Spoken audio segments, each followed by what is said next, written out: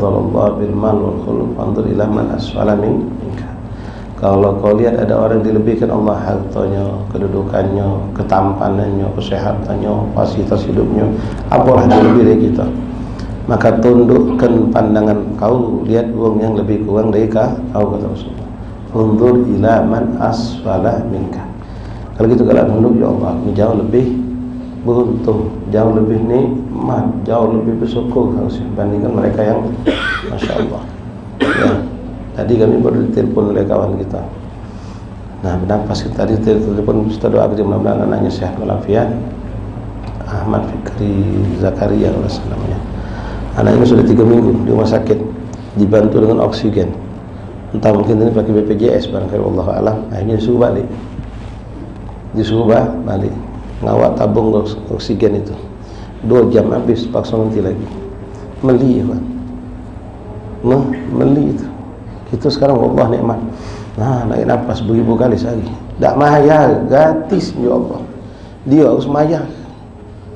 Tabung itu entah berapa dia harus bayar. 2 jam habis, nanti baru lagi. Itu Allah nikmat. Nikmat luar biasa. Nafas, jalan loncat lagi. Kalau kita masuk rumah sakit, tengok ada yang tak baca berjalan, tak baca duduk, tak baca. Itu nikmat. Duduk setengah jam, 2 jam masih sanggup kita. Ya, ada orang tak acak duduk, terolek, kapal. Nah, ini kawan kita, budak majlis kita, anaknya. Ya, sakit, terang menunjuk kesehatan, semua sehat walafiat dan mereka diberikan kesabaran oleh Allah. Ya, paksa balik ya tadi, gas terus balik, oksigen 2 jam habis. Jadi kalau kita hitung berarti 12 tabung dia harus siapkan untuk budak ini sehari, ya kawan. 12 tabung itu sehari. Kalau budak ini maaf ya, berarti kalau nak panjang umur, kalau hitungan matematika kita, logika manusia, berarti gasnya tidak boleh putus. Berarti sebulan berapa tabung dia siapkan. Wallah, kita anak kita yang masih kecil, bini kita semua nikmat, naik nafas, lego. Kata masalah nikmat fadl minallah, lego nikmat, beribu nafas tarian kita, tak mayar, gratis, insya Allah. Nah, kita punya kawan itu insya Allah coba. Kalaupun dinjuk gratis, man, tidak lego nafas itu. Kekhawatiran keluarganya dia bernafas, sanggup pakai oksigen. Tapi gitu insya Allah nikmat. Mari banyak-banyak syukur kepada Allah, ya, nikmat. Dan nasihat buat dia dan semua. Hakikat syukur sebenarnya bukan cuma ucap alhamdulillah, tapi sarf ni'am ila ma yuhibbullah wa yarda. Gunakan nikmat Allah yang diberikan kepada kita untuk ketaatan, untuk amal perbuatan yang diridhoi Allah. Mata kamu yang baca nyelik dengan jelas, nikmat. Ya, syukuri, baca Quran. Yang gunakan untuk memandang yang baik, pandang wajah tua kita, bagus kita, memandang ayat-ayat Allah, lisan yang baca berucap, baca Quran, baca zikir, baca tasbih.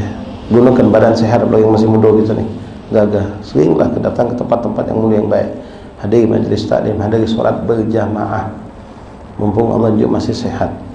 Ya, tanim khamsan qabla muslim, sehat tak qabla sakon, sehatmu sebelum datang sakit. Faragha qabla syughlik, masa kosongnya kita sebelum datang kesibukan. Yang pertama disebut Nabi itu syababaka qabla haramika, masa mudamu sebelum datang masa tua, mumpung masih muda, gali ilmu, banyak amal soleh. Itu bentuk hakikat mensyukuri nikmat Allah yang paling utama seperti itu. Menggunakan semua nikmat Allah untuk apa yang diridhoi oleh Allah dan Rasul. Nikmat jabatan, nikmat kedudukan, nikmat rezeki, nikmat kelapangan rezeki, nikmat fasilitas kehidupan yang kita diridhoi Allah. Kalau kita berkilas balik ke belakang, zaman untuk kita dulu mandunasi, mereka jarang. Ya, kita Masya Allah fasilitas hidup segala macam dimudahkan Allah, tapi ibadah kita tidak lebih hebat dari orang dulu. Subhanallah. Ya, subhanallah. Allahumma inna ala dzikrika wa syukrika wa husni ibadatik. La ilaha illallah Muhammad Rasulullah SAW. Tapi mari kita lanjutkan bacaan kitab Al-Adhkar Imam Nawawi sampai kita kepada hadis yang ke-15. Bismillahirrahmanirrahim. Alhamdulillahirabbil alamin. Allahumma shalli wa sallim ala sayyidina Muhammad wa ala ali sayyidina Muhammad. Qala mu'allif rahimahullah ta'ala wa nafa'ana fil ulum fid darin amin. Al-khamis asyar. An Ibnu Umar radhiyallahu ta'ala anhuma qala Rasulullah sallallahu alaihi wasallam bunyal Islam ala khamsin. Hadis Rasulullah SAW menjelaskan tentang rukun Islam. Rukun Islam. Islam itu terbentuk oleh 5 perkara kata Rasulullah. Pertama, syahadatan an la ilaha illallah wa anna Muhammadar Rasulullah. Kalimat syahadatain. Seorang itu akan dikatakan muslim kalau dia sudah mengucapkan dua kalimat syahadat. Syahadatain, asyhadu an la ilaha illallah, asyhadu anna Muhammadar Rasulullah. Wa iqamis salah, lalu menegakkan salat, mendirikan salat. Wa itaiz zakah, lalu mengeluarkan zakat. Wal hajj, dan menjalankan ibadah haji. Wassawm Ramadan, dan berpuasa di bulan Ramadan. Ini riwayat seperti ini. Ada riwayat lain susunannya terbalik, disebutkan dulu saum Ramadan baru al-hajj liman istata ilaihi sabila, seperti di dalam hadis Jibril. Dalam hadis Jibril, Rasulullah ditanya oleh Jibril tentang akhbirni anil Islam, maka Rasul menyebutkan dengan susunan anta syahadu an la ilaha illallah anna Muhammadar Rasulullah wa tuqimus salat wa tutiyaz zakat wa tasum Ramadan wa tahajjul bait man istata ilaihi sabila. Jadi hajinya di belakang nomor 5 ya. Nah, ikhwan rahimakumullah, di sini Rasulullah mengatakan Islam itu dibentuk oleh 5 perkara. Pertama, mengucapkan 2 kalimat syahadat, barulah seorang itu dikatakan muslim. Ini untuk wong yang terlahirkan bukan muslim. Ya, dia lahir dengan orang tua yang bukan muslim, maka tidak akan pernah dikatakan dia muslim kecuali dia harus bersyahadat, mengucap kalimat syahadatain, syahadat asyhadu an la ilaha illallah, asyhadu anna Muhammadar Rasulullah. Tapi kalau kita ini alhamdulillah ya, hampir semua kita lahir dari orang tua sudah muslim, maka dari lahir ngek di muka bumi Allah kita sudah muslim. Ya, kita tidak perlu bersyahadat lagi, kita sudah muslim. Nah, status bayi yang kafir tadi di mata Allah mulia juga, suci. Mereka kullu mauludun yuladu ala fitrah. Setiap bayi yang telah itu suci, kata Rasulullah. Tapi takdir Allah, dia lahir kafir, yang si lagi lahir muslim. Maka seandainya 2 bayi ini meninggal di masa kecil, si kok tak boleh semayang ke? Yang si kok wajib disemayang ke? Karena si kok tadi belum muslim, karena dia lahir dari orang tua yang bukan muslim. Sementara ini terlahirkan oleh orang tua yang sudah muslim, walaupun dua-duanya belum ucap syahadat kalau ya, belum ucap dua kalimat syahadat. Tapi inilah alhamdulillah kita ditakdirkan Allah memiliki orang tua yang sudah muslim. Kita lahir dalam keadaan muslim. Mudah-mudahan ya Rabb kita dijaga Allah iman Islam kita sampai kita wafat, dan tidak ada satu pun ya Allah daripada anak keturunan kita ila yaumil qiyamah yang keluar dari syahadat la ilaha illallah Muhammadar Rasulullah. Yang semuanya muslim, tak ada yang keluar daripada Islam, insyaallah. Allah jaga, minta mudah-mudahan sampai akhir yaumil qiyamah, sampai kiamat tidak ada yang kafir, naudzubillah. Bahkan tidak ada yang sesat akidahnya. Walaupun muslim kalau sesat akidah, naudzubillah min dzalik, akidah ahli sunnah wal jamaah. Nah, syahadatan asyhadu an la ilaha illallah anna Muhammadar Rasulullah. Kalimat syahadat ini diucapkan ikhwan, kecuali bagi orang yang memang tidak bisa berucap kalimat syahadat, kalau dia mungkin bisu, itu dengan isyarat bisa atau dengan tulisan kalau memang dia paham tulisan. Susunan kalimat asyhadu an la ilaha illallah, asyhadu anna Muhammadar Rasulullah ini tidak boleh terbalik, walaupun dua-duanya ada asyhadu anna Muhammadar Rasulullah, asyhadu an la ilaha illallah, tidak sah. Harus takdimu kalimat syahadatan lillah, syahadat kepada Allah dulu, baru syahadat kepada Nabi Muhammad sallallahu alaihi wasallam. Kalau dia bersyahadat kepada Allah tapi tidak mengakui Rasulullah sebagai utusan Allah, tidak juga muslim. Itu kebanyakan orang Mekah dulu. Orang-orang Mekah itu tahu kalau Allah itu Rabb. Mereka tahu Ka'bah Rabbul, Ka'bah Allah. Bahkan mereka bersumpah dengan menyebut nama Allah. Orang Yahudi tahu kalau Allah itu adalah Allah Rabbul Alamin, tapi mereka tidak mengakui Nabi Muhammad sebagai utusan Allah. Disitulah gagal mereka, keimanan mereka tidak diakui. Mereka tetap dianggap kafir. Nah, perkara syahadatan ini ikhwan, kita disuruh memandang secara zahir. Kalau dong masuk Islam, mengucapkan syahadat depan kita, asyhadu an la ilaha illallah wa asyhadu anna Muhammadar Rasulullah, atau kalimatnya boleh ditambah sedikit atau dikurangi. Misal kalimat syahadatnya tidak diulanginya, dia cuma ngomong asyhadu an la ilaha illallah wa anna Muhammadar Rasulullah, sah. Tidak ulangi wa asyhadu anna, tapi langsung wa anna Muhammadar Rasulullah, sah. Atau ada tambahan asyhadu an la ilaha illallah wahdah wa asyhadu anna Muhammadan abduhu wa rasuluh, silakan. Cuma takut mempersulit untuk orang yang baru masuk Islam mengucapkan kalimat itu, maka dipersingkat. Cukup asyhadu an la ilaha illallah wa asyhadu anna Muhammadar Rasulullah, ditalkin ke, lalu dia mengikuti. Nah, ditekan, dia paham mana kalimat yang dia ucapkan. Makanya setelah syahadat dengan bahasa Arab, diucapkan juga dengan bahasa Indonesia, ya, dengan ucapan aku bersaksi tiada Tuhan selain Allah dan Nabi Muhammad adalah utusan Allah. Nah, kemudian ikhwan rahimakumullah, di sini kita tidak ada hak untuk memastikan di hatinya bersyahadat tidak ada. Kalau dia cuma pura-pura, bukan urusan kita itu, bainahu wa bainallah. Kan memang ada modus seorang kafir pengen menikahi seorang perempuan muslimah. Bapaknya ngomong, kau nak kawin sama anak aku tidak minta macam-macam, kau masuk Islam. Kalau kau masuk Islam baru pacar. Memang syariat begitu. Tak bisa kita muslimah atau muslim kawin dengan non kafir, tak halal, tak sah kawinnya. Nah, karena dia pengen memiliki sang perempuan tadi, akhirnya dia masuk Islam. Kenapa dia bisa mungkin ke Masjid Agung atau lewat badan-badan yayasan Islam? Tidak ikhwan, kita hidup di negeri yang ada aturan. Ini budak ada bakal pacak kawin dia kalau kata itu. Kalau sulit dia nak hadirkan niat, mak mau cawan. Sulit dia nak hadirkan niat, mak mau cawan niat hadirkan hati, tidak baca. Sudah ada usah niat secara hati, secara zahir dulu. Mazhab itu banyak, fikih itu luas. Yassiru wala tu'assiru. Mudahkan, jangan terlalu disulitkan. Baru masuk Islam langsung kau jangan tinggal ke solat, kau halam masuk aku kau. No, kaget dulu. Ya. Pelan-pelan digiging. Dia belum baca solat sempurna, melok be dulu. Ya. Nah, terus kita pegang masalah sunatnya dia jauhkan karena dia selagi belum sunat ya solat dia masih belum dikatakan makbul karena ada najis. Ya, dia jauhkan juga mana sunatnya. Kita bantu ikhwan, dimudahkan urusan dia tadi. Dia senang hati jadi. Digiring, diarahkan, diajak ke majlis taklim, diajak untuk mendekati ustaz, ulama, kenalkan adab-adab dan sunnah-sunnah Rasulullah, pelan-pelan diajarkan. Nah, kebanyakan kita tidak. Yang habis masuk Islam, ganti nama, habis itu kemana budak itu tidak tahu kita. Tahu-tahu ketemu di terminal, dengan keadaan tidak semayang, tidak apa. Nah, itu harus kita giring, ya, dikawal untuk dia biar selamat. Kemudian setelah syahadat la ilaha illallah itu tidak wajib. Salat itu tidak wajib. Yang penting aku sudah masuk Islam.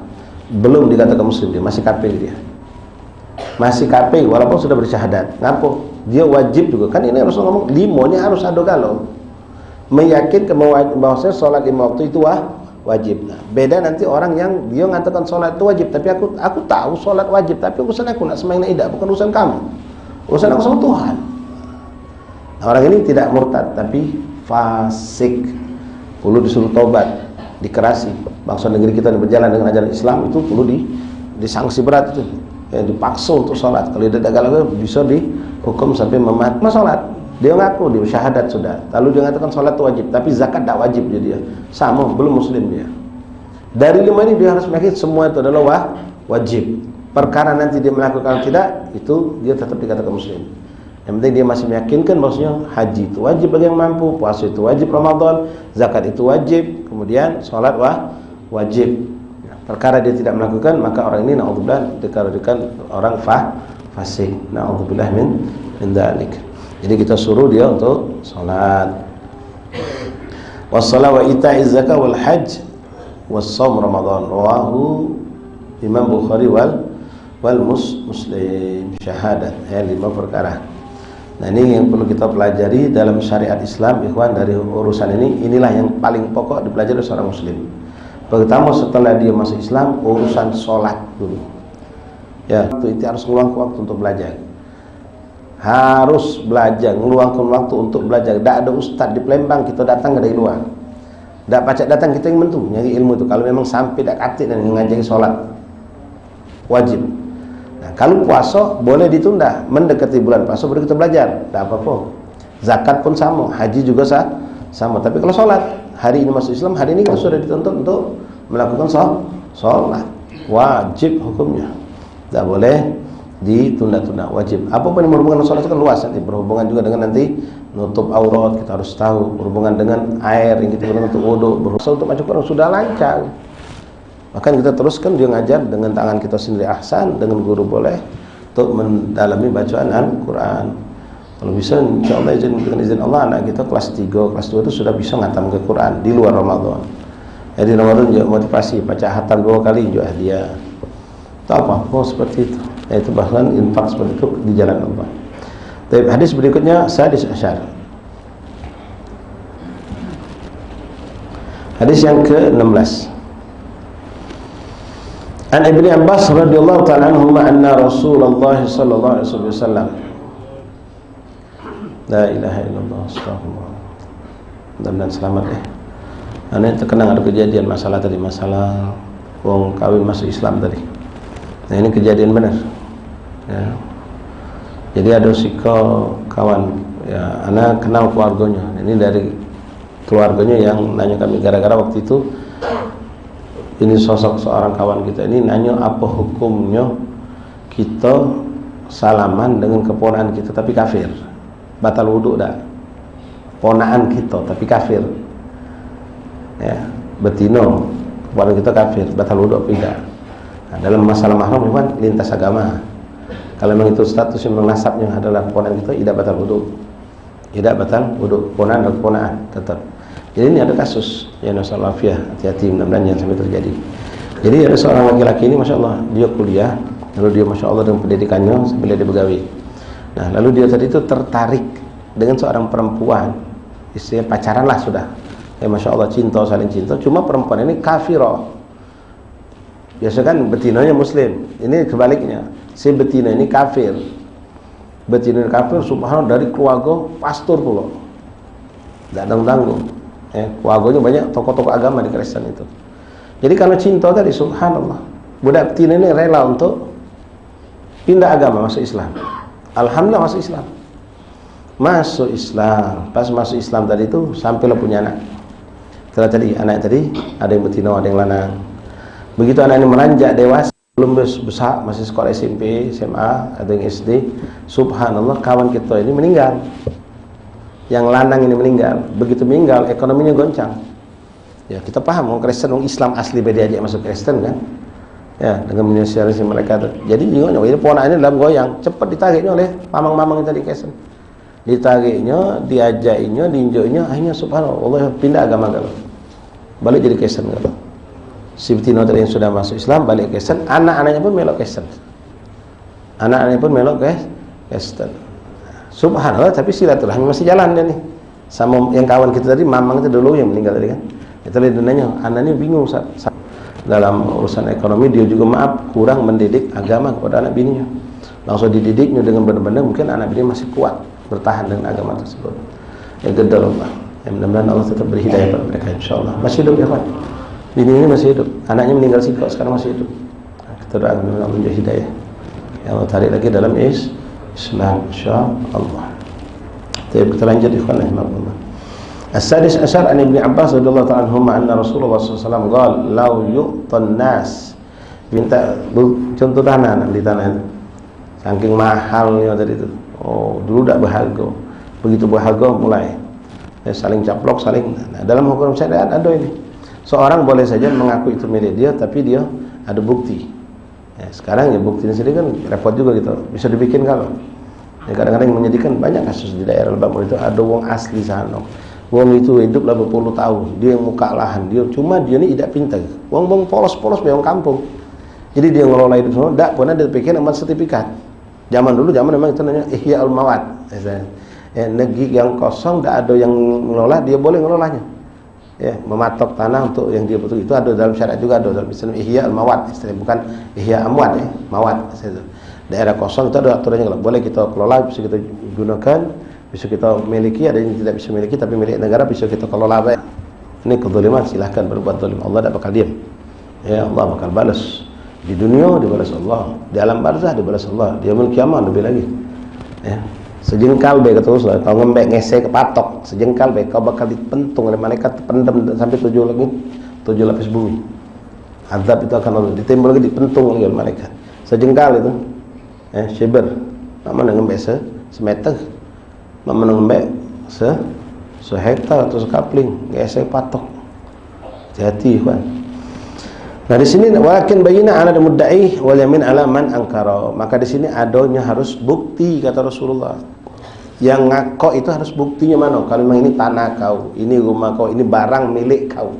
Nah ini hukum ini ya dalam hukum dunia manusia pun ada aturan seperti itu. Dalam hukum celaka itu, telaknat itu orang.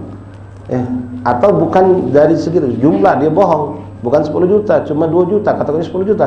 Bainahu bainallah.